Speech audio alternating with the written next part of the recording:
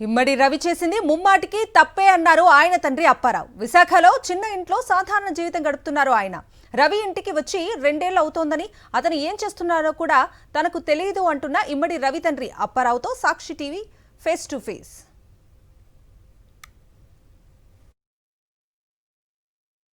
సినిమాలను పైరసీ చేస్తున్నటువంటి iBomma king pin ఇమ్మంది రవిని పోలీసులు అరెస్టు చేశారు. ప్రస్తుతం రవి ఇంటి వద్ద మనం ఉన్నాం. విశాఖపట్నంలో ఉన్నటువంటి పెద్దగదిలి సమీపంలో అత్యంత సాధారణ జీవితాన్ని రవి తండ్రి అప్పారావు గడుపుతున్నారు. మనం ఇంట్లో చూడొచ్చు. ఐబొమ్మలో సినిమాలను కాపీ చేసి కోట్లు కొల్లగొట్టాడనే అభియోగాలు ఆరోపణలు ఉన్నటువంటి నేపథ్యంలోనే రవి తండ్రి నివాసిస్తున్నటువంటి ఇల్లును కూడా మనం స్పష్టంగా గమనించవచ్చు. ఆయన ఒక బిఎస్ఎన్ఎల్ రిటైర్డ్ ఉద్యోగి. సాధారణమైనటువంటి జీవితాన్ని ఒంటరిగా విశాఖపట్నంలో గడుపుతున్నటువంటి పరిస్థితి. పోలీసులకు ప్రభుత్వానికి సవాల్ విసిరినటువంటి రవి ఇల్లును కూడా ప్రస్తుతం మనం స్పష్టంగా గమనించవచ్చు. ఆయన తండ్రి పెద్దగదిలి సమీపంలో ఉన్నటువంటి ఒక నివాసంలో సాధారణమైనటువంటి జీవితాన్ని గడుపుతున్నారు. కనీస వస్తువుల నడుమ ఆయన జీవనం సాగిస్తున్నటువంటి పరిస్థితి. కోట్లాది రూపాయలు సంపాదిస్తున్నటువంటి రవి ఏ రోజు కూడా ఇంటి గురించి పట్టించుకోలేదనేది స్పష్టంగా అర్థమవుతున్నటువంటి పరిస్థితి. వచ్చేటువంటి పెన్షన్తోనే రవి తండ్రి జీవనాన్ని సాగిస్తున్నట్టుగా మనకి అర్థమవుతోంది. తండ్రి ఉన్నారు, అప్పారావు, మాట్లాడదాం. అసలు రవి సినిమాలను పైరసీ చేస్తున్నాడని కానీ, లేకపోతే ఇలాంటి చర్యలకు పాల్పడుతున్నాడని కానీ మీకు ఎప్పుడైనా సమాచారం ఉందా? ఎప్పుడైనా ఏమైనా తెలిసిందా? వందలో సున్నా కూడా తెలియదు సార్. నాకేం తెలియదు. ఏదో ఆడు పట్ట కోసం ఆడు పని చేసుకుంటున్నాడు, బతుకుతున్నాడు. ఆడిని ₹1 నేను ఎప్పుడు అడగలేదు, నాకు ₹1 ఆడు ఎప్పుడు ఇవ్వలేదు. కాకపోతే నాకు భగవంతుడి దయ లేదో పెన్షన్ డబ్బులు వస్తున్నాయి.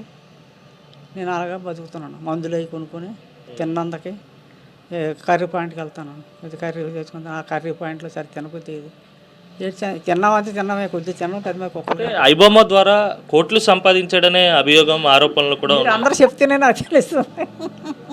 కోట్లు అని మాట్లాడండి, మీరు చెప్తేనే నాకు తెలుస్తుంది.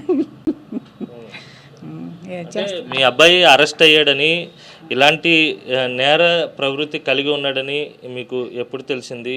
అరెస్ట్ అయిన విషయం మీకు ఎవరు చెప్పారు? నేర ప్రవృత్తి ఉందని నేను ఏనాడు అనుకోలేదు సార్. చేయవలసిన అవసరం ఏమొచ్చింది సార్? మన పొట్టక మన కాలం వెళ్ళిపోతే చాలు కదండి. నేరం చేయవలసిన అవసరం ఏమొచ్చిందండి? మన కర్మాన్ని మనం ఉన్నప్పుడు ఎవరైనా అడుగుతారటి? మన ఇప్పుడు నన్ను ఎవరైనా అడగమనంటే ఎవరన్నా ఎవరు అడగలేరు. ఎందుకంటే మన దీంట్లో మనం ఉన్నాం, మన కర్మలో మనం ఉన్నాం. కాబట్టి తప్పు పని చేయకూడదు. తప్పు పని ఎప్పుడు చేయకూడదు. రవిని ఏం చదివించారు అంటే, ప్రతి తండ్రి కొడుకు జీవితం కోసం ఒక కలగంటాడు. మీరు ఏం చేయించాలనుకున్నారు? మన శక్తి వరకు మనం చదివించాం సార్. పిల్లల్ని డిగ్రీ వరకు చదివించానండి. ఆ తర్వాత కూడా వాడు యూనివర్సిటీలో కూడా ఇది సబ్జెక్ట్ కట్టి పాస్ అయినా అన్నమాట. చెప్పాడు నాకు, పాస్ అయ్యాను. ఫోన్లో బాబు చదువుకున్నా కదా, అదే సార్ ఎప్పుడే నీకు భవిష్యత్తులో నీకు అన్నం పెడతా మంచి అమ్మాయి అంతకన్నా ఇంకేంటంటే చదువుకుంటానంటే మన ఉద్దంతం. ప్రభుత్వాన్ని సలహా వ్యతిరేకించేంత మగవాడు ఎవరు ఉన్నారటి?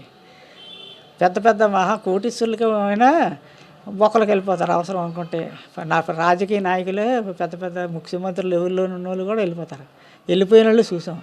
కానీ మనం అంత పెద్ద రిలయన్స్ వాళ్ళకి అన్ని కోట్లు ఉన్నాయి, వాళ్ళకే తెలదు. ఎన్ని లక్షల కోట్లు ఉన్నాయి, వాళ్ళకే తెలదు. వాళ్ళైనా చట్టానికి భయపడే మాట్లాడతారు. ఏడు సార్, కళ్ళు ఇక్కడికి వచ్చకూడదు. ఎప్పుడు కూడా మన పద్ధతి ఏంటో, మన స్థాయి ఏంటో తెలుసుకొని మనం బతకాలి. అది చేసింది తప్పు పని. అది కాకుండా చట్టంతో ఛాలెంజ్ చేయడం ఏంటి? అది తప్పు కదా. రవి ఏం చేసేవాడు అనేది కూడా పూర్తిగా తనకు అవగాహన లేదని కూడా ఆయన చెప్తున్నారు. 2 ఏళ్ల క్రితం చివరిగా రవి ఇక్కడికి ఇంటికి రావడం జరిగింది. ఆ తర్వాత ఎక్కడున్నాడు అనేది కూడా తెలీదు.